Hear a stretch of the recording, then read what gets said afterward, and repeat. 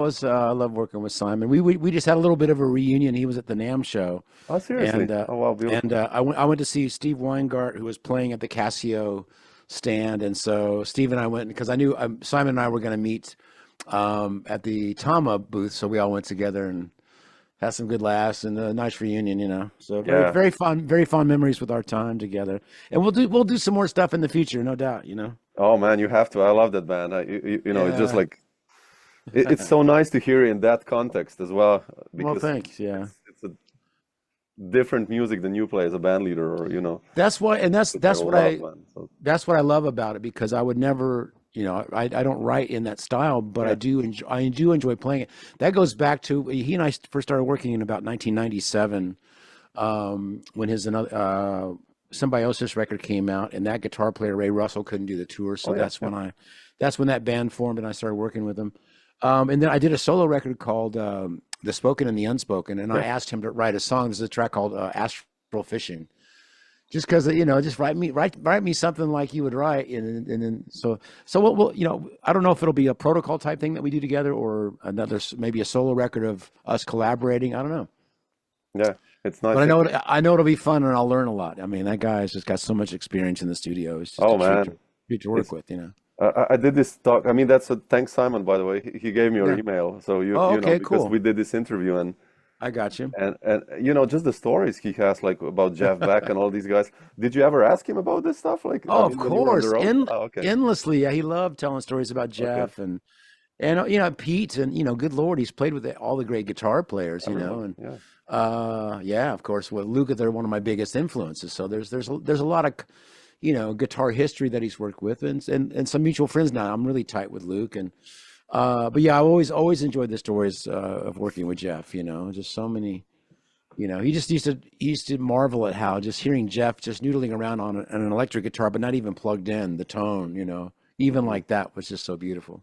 Yeah. But yeah, so and I, obviously, and I didn't take that lightly, knowing who he had worked with, and if he's choosing me, I have some big shoes or a certain bar to Definitely. try to live up to.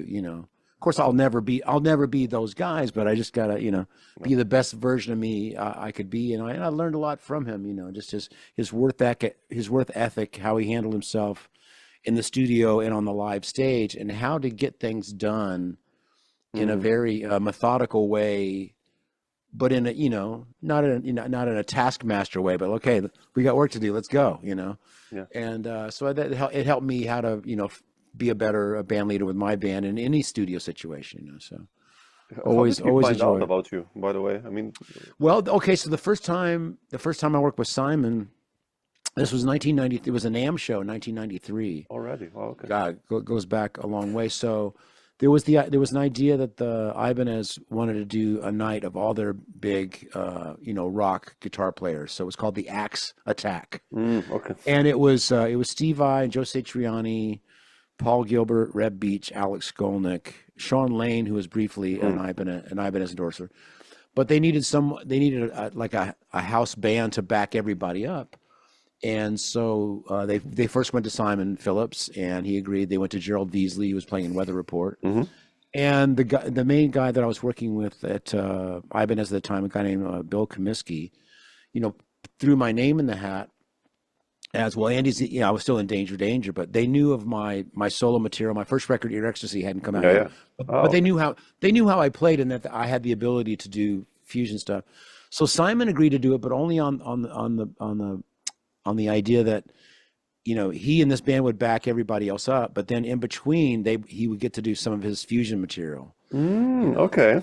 so not only did I get to play, with a lot of these other guitar players, but in between, I was playing this fusion stuff, like it was, what was to become protocol type material that he was already doing before that. And he just saw that, I came in, uber prepared and could play any of the tracks for any of the other guys. Like Satriani couldn't rehearse with the band, but okay, I know the songs. I got it. It's like, Mm. and so then, Yeah. so that was 1993. The night went great. It was a wonderful night for me because if people only knew me from Danger, they saw me in a very different light in that moment.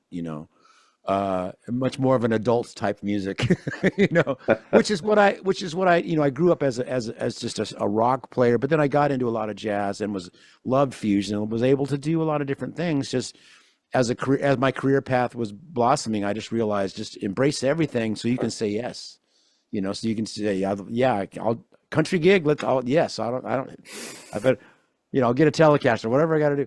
So yeah, the opportunity with Simon for that moment was great, and I treated it like I would any other gig. I was more than prepared coming in to do the best I could do. And so it was just 4 years later when, like I say, he had done a record, and his main guitar player for years was a guy named Ray Russell. Ray Russell, yeah, yeah. An amazing, you know, kind of UK-based session guy, but had done a lot of work with Simon, but he couldn't do the tour for whatever personal reasons. And so Simon, what about Andy? You know, he can play my tub. He comes in prepared, and so that's just, you know, was an easy call for him to make, and absolutely, let's go. You know, Interesting. so that's the lesson, you know, and that gig led me to Olivia Newton-John in the most bizarre way, you know, because when people you know see how you work, and if you respect the music, and you're a relatively sane human to get along with on the road. That's important, yeah. We can all be tested. Let's just say I'm no angel, but no, it's what should be such an easy thing to do. Do the work, you know. Don't be a jerk to people. Be cool with people. But that all adds up to a career eventually. Just by every gig you do, I mean, even if it's just a local gig with guys down at the pub, you know. If there's songs to learn, if there's, you know, just man, do the best you can do, because it truly is. That's the most important gig at that moment. There's, you know, you don't know what's going to happen tomorrow. You can't change whatever you did the days before. So why not treat everything, you know, obviously within reason, you know. But yeah, you got to just treat it with the respect of, I don't want to let myself down to start with, you know. It's a very selfish thing.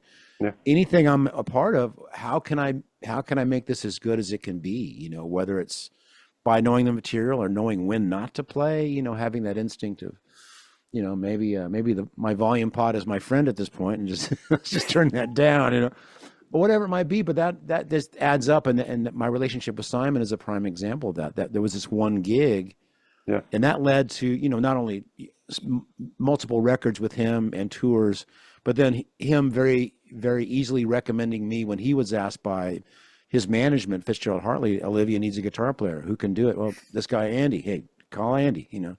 And that led to 15 years of like the biggest part of my income. Well, yeah, you know? yeah.